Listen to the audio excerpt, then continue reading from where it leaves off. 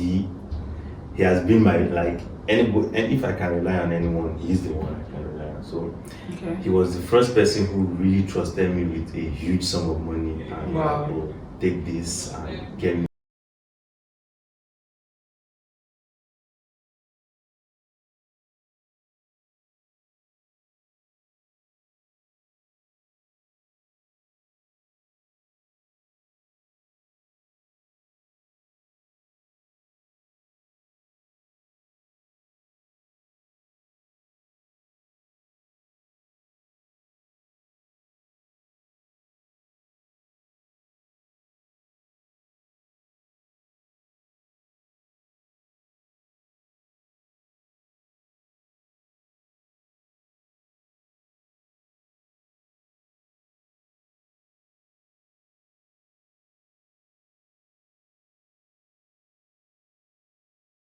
Two different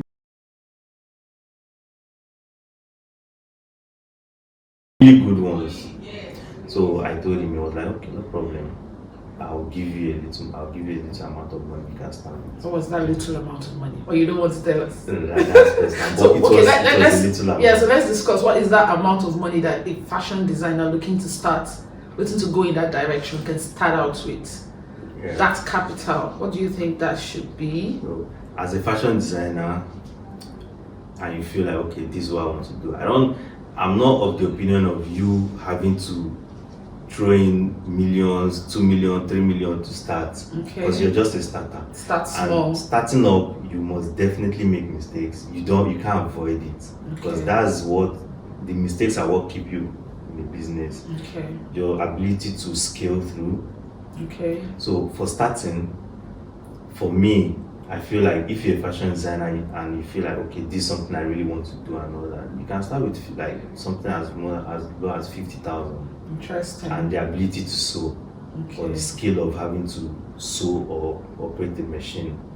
50,000 can get you a huge amount of fabrics, which basically is what you need to start out. Yeah. Okay, so I would also like to know, what were some of those challenges you faced scaling up your business? When I started out, I never knew how to sew. I only know how to map out designs, give it to a tailor to sew, and that was one of the my major challenges I had, having to deal with tailor who doesn't produce, or tailor who doesn't bring it out when you say you need it. And with that, if you have a tailor who doesn't bring out, or who's not true to his words, doesn't meet up with time, you're going to have fights with your clients. I get that. And tailors, they really don't care about your business. They only care about what they're getting, the amount they're getting, and stuff like that. So they can tailors, they get from you. So even if you come back or not, they don't really care about you, because they know that they can always get from someone else. So that was the challenge I had to face. Sitting down with the tailor till maybe 9-10 at night to make sure that he's done with your clothes and you can be able to deliver the next day. So that was one of the major challenges I had to deal with. So what did you do to correct that? So to correct that, I personally had to learn tailoring. That's interesting. I had to leave home. Because my NYC, my parents were okay, I should do it where I was, and me doing it there means I was not going to learn how to sew. So I had to leave to another state, go in machine, and you had to learn tailoring. So right now you can sew. You don't necessarily have to outsource that part of your work. I know how to sew very well. Very well. That's interesting. So tell us, let's talk about your business funds and your personal funds. How are you able to? My business funds are my business funds. Those are not, you don't negotiate on that. They are there for business. To always reinvest back into the business. And then personal funds for personal use. use. So tell us, do you save, and what is your mode of savings? Yeah, I do save.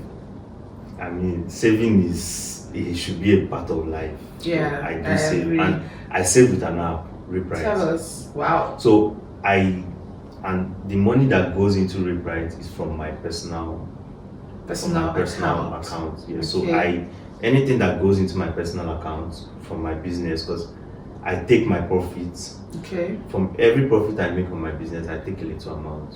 Okay, for personal use. Yeah, for personal use, and that goes to my personal account. Okay. And I take a little bit from that my personal account on Reprite. Okay, so you heard him. From every profit he makes from his business, he has an amount set aside for savings, and then he has an amount set aside for personal use. I think that is commendable. Okay, so what advice would you give to an upcoming fashion designer, somebody that wants to be like you, a young person like you? What would you tell them about your job? One thing I can say is it's really challenging, and it's not as luxurious as what people see on as it looks on Instagram. What's your Instagram handle? Milton's Bespoke. Milton Bespoke. Okay. It's not as luxurious as what people see outside.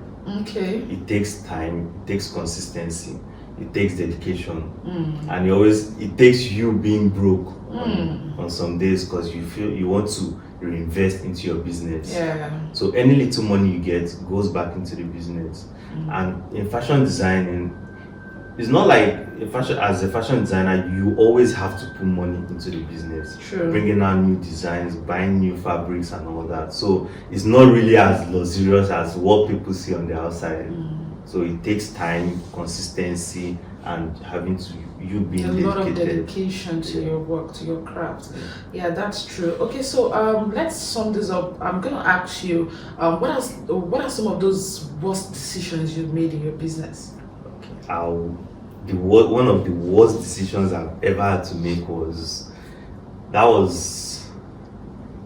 day I bought fabric. Tell us about this fabric. So my personal preference, I like the fabric. Okay.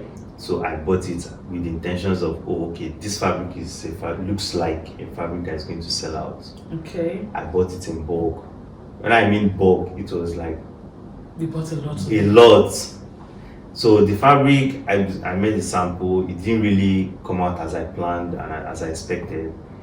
So the fabric still sits there. Unsold up to today? Unsold. Wow. So I just pass by and I just look at it and I just shake my head.